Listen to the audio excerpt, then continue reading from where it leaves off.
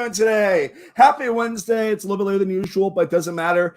We're here. We're live. We're excited. Hope you guys have had a great day today. I have. I'm stupid excited about everything that's happening today. Of course, I want to give a shout out to the person that composed that theme song. Even though you already saw that, Aaron Robertson, amazing. Follow him on Twitter at AARobertson94.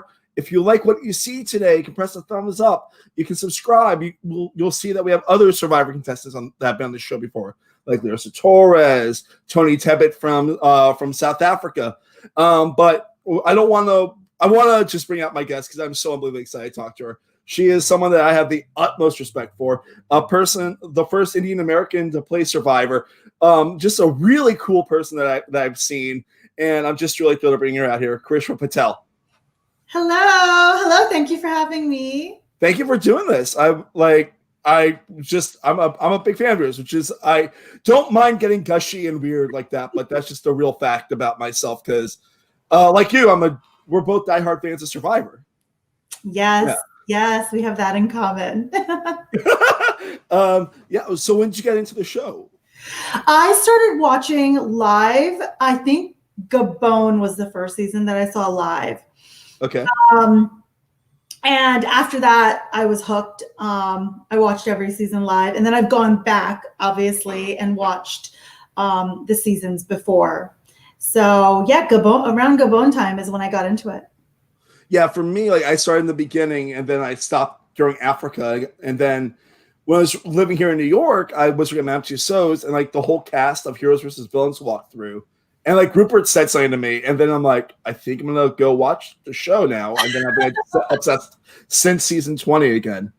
Awesome. Yeah, it's like it's funny. It's like almost serendipitous. I don't remember exactly what got me into it, but I do remember when I was into it, I was like all into it. It was my thing right away. Yeah. Did you start applying around then too, or did you wait a few years or? Oh no, I applied one and done. I applied. Really? Wow. You don't hear that too often anymore. Like, I feel like everyone that's been applying, that's been on the show, has done like multiple times. Yeah, and most people on my cast are in that situation where they've, applied multiple times over the course of the years. But for me, I had a completely different experience. I never dreamed of being on Survivor, even though I was a huge fan. I was a fan as a viewer. I wasn't a fan as I want to go out and do it. I was a fan of watching the social strategy and the gameplay and sort of watching the edit and how it portrayed certain people. That's what I was interested in. I never really was interested in going out there and playing. But I was watching a commercial, I think while I was watching an episode from David Goliath, and a commercial came on afterwards like, hey, we're doing a casting call at a mall in Temple, Texas on, I think it's like October 13th or something. And I looked, and I was like, I'm on my phone. It's commercial. I'm watching live, so I can't even fast forward. So I Google, I Google it and look, it seems as though I think Temple, Texas was one of the last stops they were making for casting on the website. And I looked it was only like 2.5 hours from us. And we didn't have anything going on it was literally, I saw it on Wednesday. It was that Saturday, the next Saturday. Yeah. And I'm like, hey, let's go out and do this. It'll be fun. Let's go to this mall. We'll have like a Saved by the Bell moment or try out for something in a mall. that's the experience I considered it, right? Line up for something in a mall. Yeah. We can consider a little road trip. We can grab brunch on the way back, and I could see a little bit of the countryside of Texas. It'll be cool. I really didn't think I was actually trying out for Survivor. I thought it was just something different to do. And when I got there, it was just a camera, and the tryout was basically, okay, talk for a minute, go. Like, that's it. Oh, wow. And I just talked for a minute. I'm like, I don't know what to say. I didn't plan anything. I don't know. I just talked for a minute, and I came home. I didn't really think about it again. I literally did not think about it again. And I got a call. That's insane. Yeah, and I got a call, and I was one of the later people who started going through the process. I was one of I joined the process much later, I think, than a lot of the other people. Yeah, I'm friends with Zeke. Like, I've known Zeke for like 8 or 9 years at this point. And I remember for his video, like he was like making like he showed us the bamboo he bought to like make a fire on his like porch. And I just love how you're just just talk for a minute. I love it. Do you remember what we talked about? I think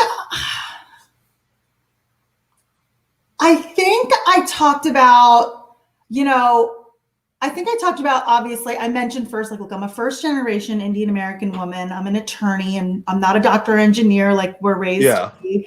I got married 5 years ago. I had a 700-person wedding. I managed a lot of people. I planned it myself. I'm a really good leader, and I think that it would be really cool to show somebody who's 30, I think it was like 36 years old when I tried out, a 36-year-old married woman without kids who actually knows how to take charge.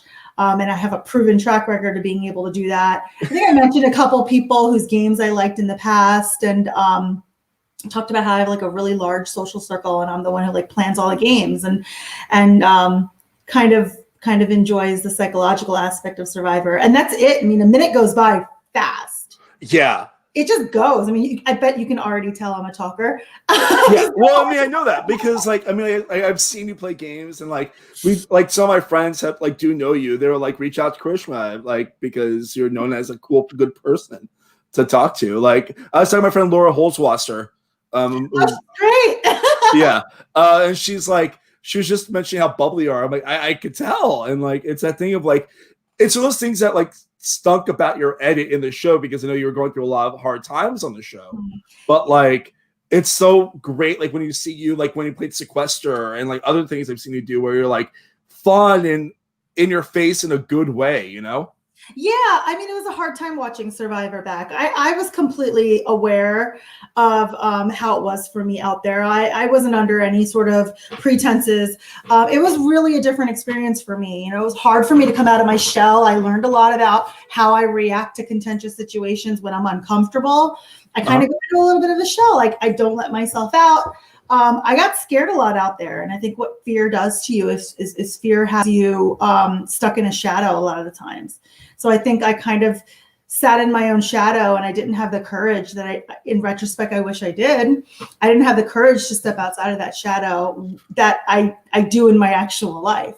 I mean, it's like I was just rewatching earlier the clip of the episode when you found your idol. How like you're basically like kind of like comatose. Yeah. And then like you go away, and then you find the idol, and then you walk up on people, and they're like, Karishma, you're not doing good. You look like you're sick, and you're like, I'm just gonna pretend to be like this, but like, just give me some water. They're like, we need a doctor. I'm like, oh no, they're trying to medevac her, and she's like better than she's been like in 25 days or so. Yeah, that was I was having a hard time because earlier that day I overheard those same people talk about how they wished I got medevaced. And that kind of like, it kind of broke my heart, and I was having a hard time with that. I also had a little infection that we were dealing with the doctors, and the medication wasn't working because I wasn't eating. It's not an excuse. It's Survivor. You got to tough it up. But the combination of all of that just kind of put me in a really sad place that day. And finding the idol was the absolute greatest thing that could happen in that moment to actually, divert my attention away from the things making me sad and give me some hope. Yeah. But when I ran into them at the well, it was like split second. What do I do? And it is what it is. But when I ran into the well, I just had to keep going. With the weird, like, I am sick, I'm not okay vibe that you were. Yeah. The thing is, like, they zoom. It's so funny. They zoom into my face, right? When you peel the coconuts, yeah. And they zoom into my face as I'm responding to them at the well. And I can remember what I was thinking in that moment. I had a flashbulb memory of my thoughts in that moment. Uh-huh. And my flashbulb memory was like, holy shit, I was gone for a really long time. So I have to make sure that they believe I got lost.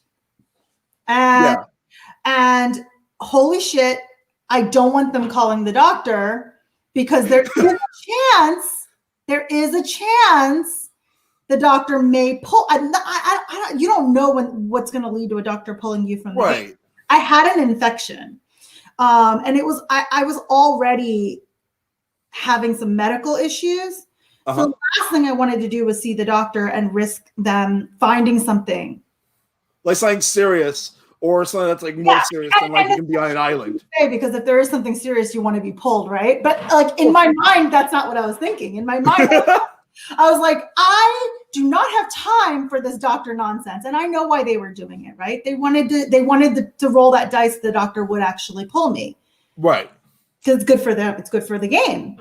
Right, gets them one step closer to $1 million, and it's a game. It is what it is. But it was just in that moment, I can remember my thoughts. Number one, make sure they believe that you actually got lost, and number two, under no circumstances will the doctor be called. You're fine. And as I was walking back, I remember thinking, like, feeling my body, and I'm like, I am actually fine. What the hell are they talking about? I don't know what they're talking about. You don't call a doctor on somebody who's walking around. It's a little bit, but everyone's like that sometimes.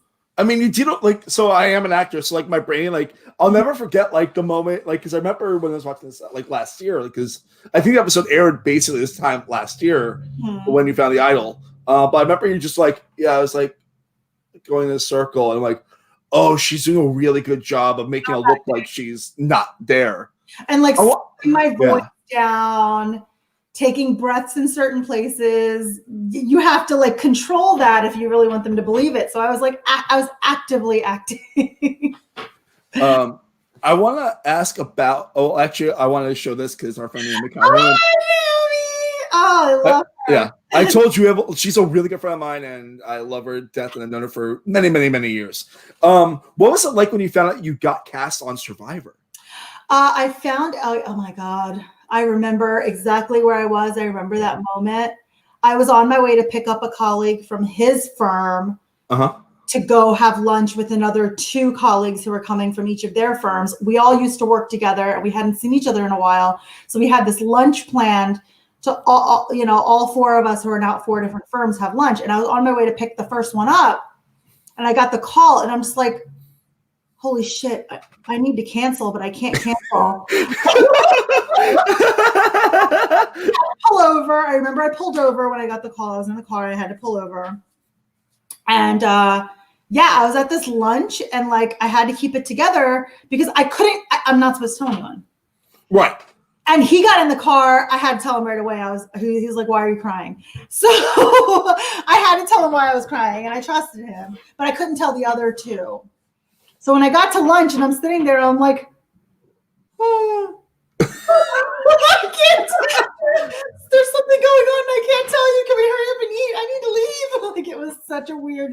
And then I went back to my office and I was just in tears. But then after that initial period of like shock and excitement and elatement, suddenly I went into panic mode because I was one of the last people to get a call. I got super late. I think I might have been the last one on my cast to get the call. So I had to go into and I'm an attorney. I handle my own docket of cases. And so, in that situation where I only have a couple weeks, I went into panic mode to figure out, okay, what am I going to do about work? Because I hadn't heard from them for a month and a half. I just kind of assumed it was a no. I had ideas on how I would handle it if I got the call, but now I had to trigger those. I had to green light those. And when it becomes reality, you got to go into, so, I started thinking about how I'm going to handle work, how am I going to handle, I'm going to hire a personal trainer right away. I have to learn how to make fire. So where am I going to buy flint? Like that. I'm immediately getting laser hair removal on my whole body. Like, I'm Indian. We have a lot of hair. Oh no, I'm like East European Jewish. I understand. Those are the kinds of things I thought about on that first day. And I think we had dinner scheduled at a friend's house that night as well. A very, very close, trusted friend. And when we went there, I remember we popped a bottle of champagne in I had a little congratulatory celebration with our closest friends. Yeah. Which was really nice. It was a good sort of way to let it sink in. And then the next day, immediately, training and making sure life is. I was still working full time. I mean, I was still going to court. I had my docket. Like, I didn't break from work or anything. So I had to figure out how I was going to prepare for entering this experience. What seasons am I going to rewatch? How can I actually practice? What can I do? Learning all that, but I work a good 12 hours a day. So I was still putting in my work hours 100%. and doing this all on top of it. So yeah, February was a crazy month for me in 2019. What seasons did you rewatch? I'm really curious because I'm assuming so like the big ones like Kage-on and stuff like that, possibly, right? What did I rewatch? I don't even remember. Part of me wants I feel like there was a strong chance that you watched a season that had some of your technical castmates, even though you didn't see them on the show, right? Yeah, because you didn't see Rob or Sandra. I never knew Rob or Sandra were even there until I got to Ponderosa. How'd you find out Ponderosa? They told me at dinner. Oh, that makes sense. Yeah, I didn't know. I didn't know. I never went to the Island of the Idols, and I was never in like a tight enough alliance where anybody would divulge that to me. So right. I legitimately and honestly, like, I'm not going to sit here and pretend. No, the truth is, I had no idea. Yeah, I didn't really care. Once I got there, I was at Ponderosa. The first night, my first meal, they're like, Karishma, do you want to hear what's on Island of the Idols? I was like, yeah, go ahead. And as I'm eating, and they told me, and I'm like, oh, that's great. Like, I'm here now, you know? What did you think? Like, so when you heard the title of the season, Island of the Idols, did you just think it was like an island full of like actual Survivor idols? Yeah, I was kind of bummed, to be honest, because I thought they may have been like repurposing Ghost Island or something. Yeah, because Ghost Island is like close to. I rewatched. Ghost Island was one I rewatched, and I'm glad I did rewatch it because in retrospect, Ghost Island was very similar in terms of like just the layout of the season. The layout was very similar to Ghost season. Even our competitions were basically the same as Ghost Island's competitions, just slightly changed. It was all very, very, very similar. So we had no idea. I mean, you can imagine we didn't have a marooning. So we had 3 days of never seeing Jeff and just not knowing what was going to happen. So during those first 3 days, there was a lot of brainstorming of what Island of the Idols would be, right? Yeah. And it just ran the gambit, like across the board. You name it, we thought it. That's great. I love it. Yeah.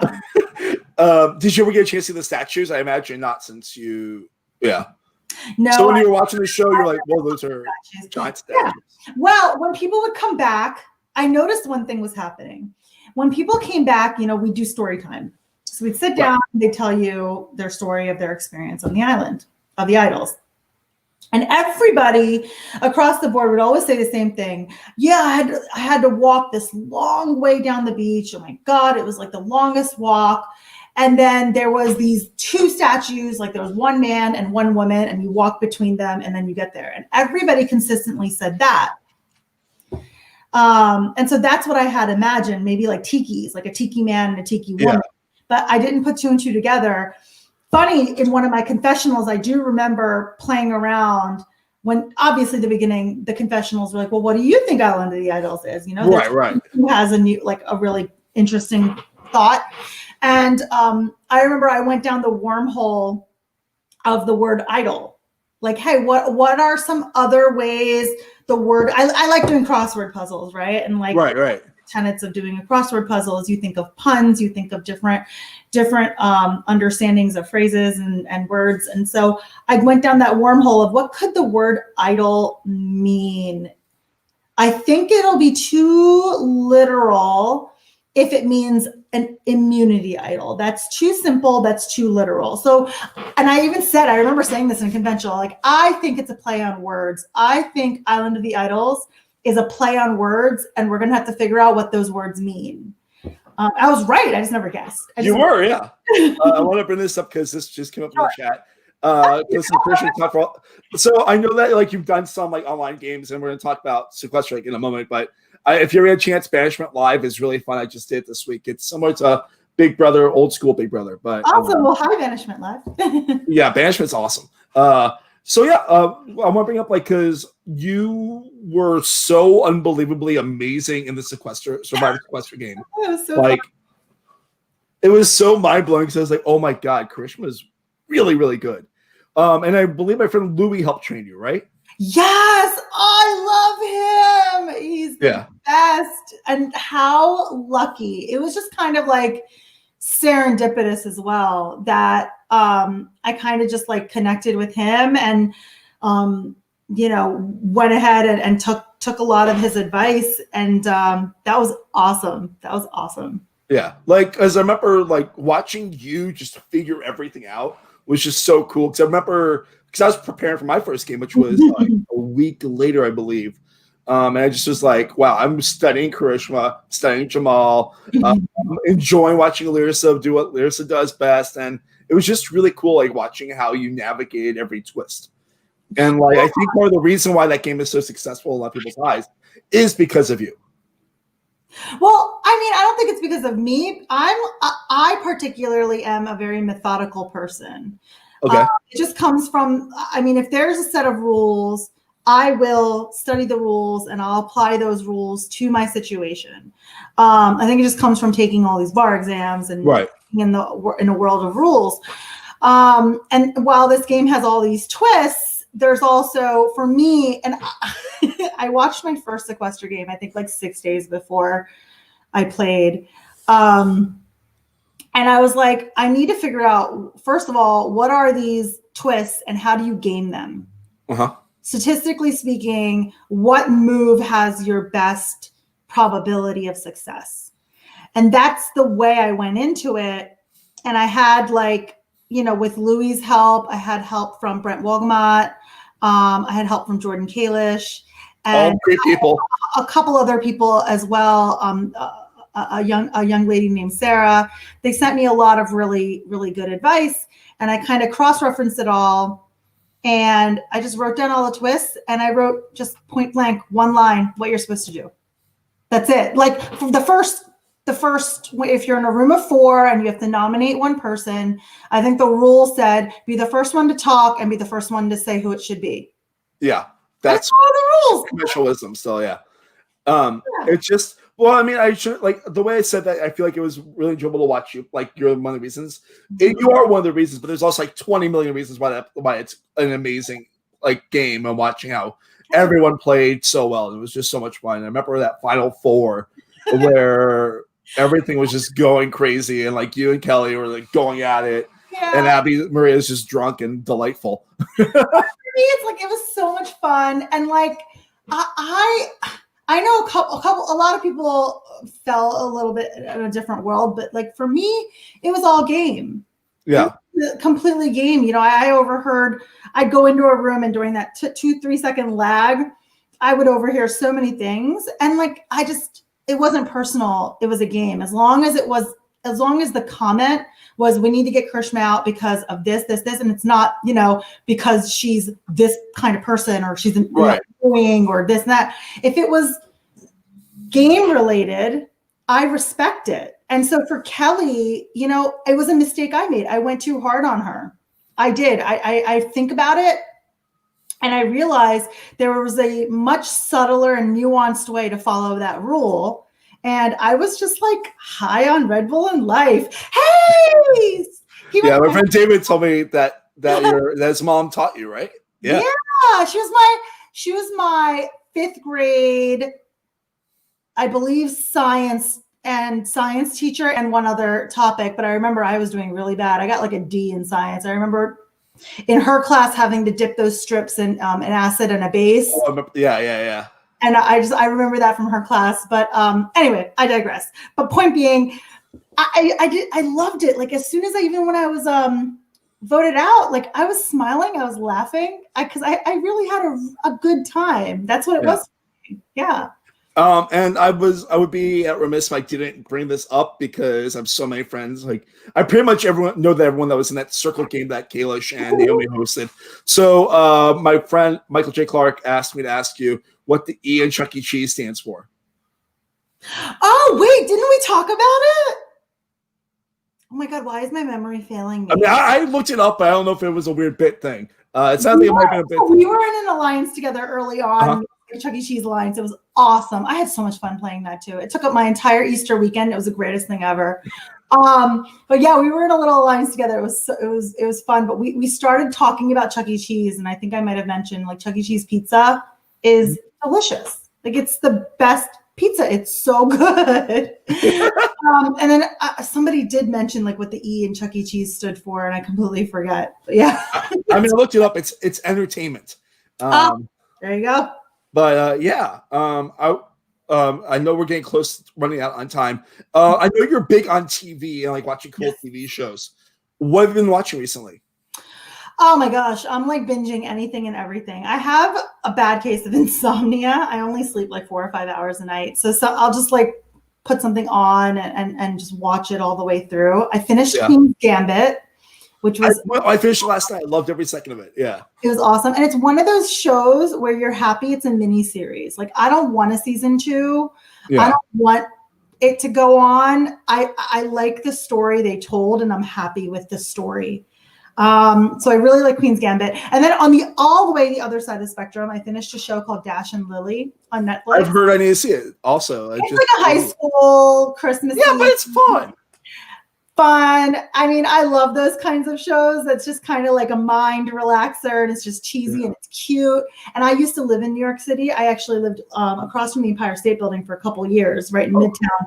So for me, it was like a great throwback because it was filmed in New York. So there's a lot of like nostalgia in that. So I think those are two that I finished really quickly recently. I watch a lot of TV, like a lot. Like right now I'm watching Amazing Race, like first 13 seasons. Okay. Because I started watching Amazing Race at like season 13 or 14. Yeah. And so I've got a lot of gaps. I'm just filling it in right now. I'm on season 5 right now. I'm loving a second of it. Oh, I heard season 5 is really good. I should go back and watch it. Yeah. Yeah. Let's I'll start wrapping up because I know that we both actually have time constraints tonight. I want to bring up your socials. That's GT Karish, follow you on Twitter. Cool. I also have a question. I've been the letter Q, letter T since AIM Instant Messenger way back in the day. Oh. My first AOL Instant Messenger screen name was Mark in Black without the C. Because the 10-character limit. Everyone's is so unique and it's like such a throwback, but mine's always been QT Karishma. I always like to ask this for my guests on Wednesday. So on Fridays, I do a Brant Steele, and I was wondering if you would like me to have you included on the Brant Steele. I just need your permission of yes, and hopefully you win. Yes. Cool. So people will tune into that. And then following up the week, because we have other things coming up on the show. Mondays, got Miscellaneous Mondays is back, which is always fun. If you want to pitch anything, let me know. We got Mark Meets World, my rewatch show of Boy Meets World, coming back on Tuesday with our next episode. Almost like season 1. Very excited about that. And I believe on Wednesday, Mike Bloom is going to be my guest. Your friends. Used to do improv with the guy. Very excited to have him on. What a great guy. Yeah, I'm really excited, and also really fun Sequester play. I want to see play again. And people, if they want to follow me on Twitter, you can tweet at me at MarkLevy85. Karishma, thank you so much. It's really meant so much to me. No, thank you so much for inviting me. I'm so happy we were able to connect and finally do this. I would be honored to come back and talk to you again. Yeah, I would love that too. Yeah, thank you so much, and I'll see you guys next time. Bye.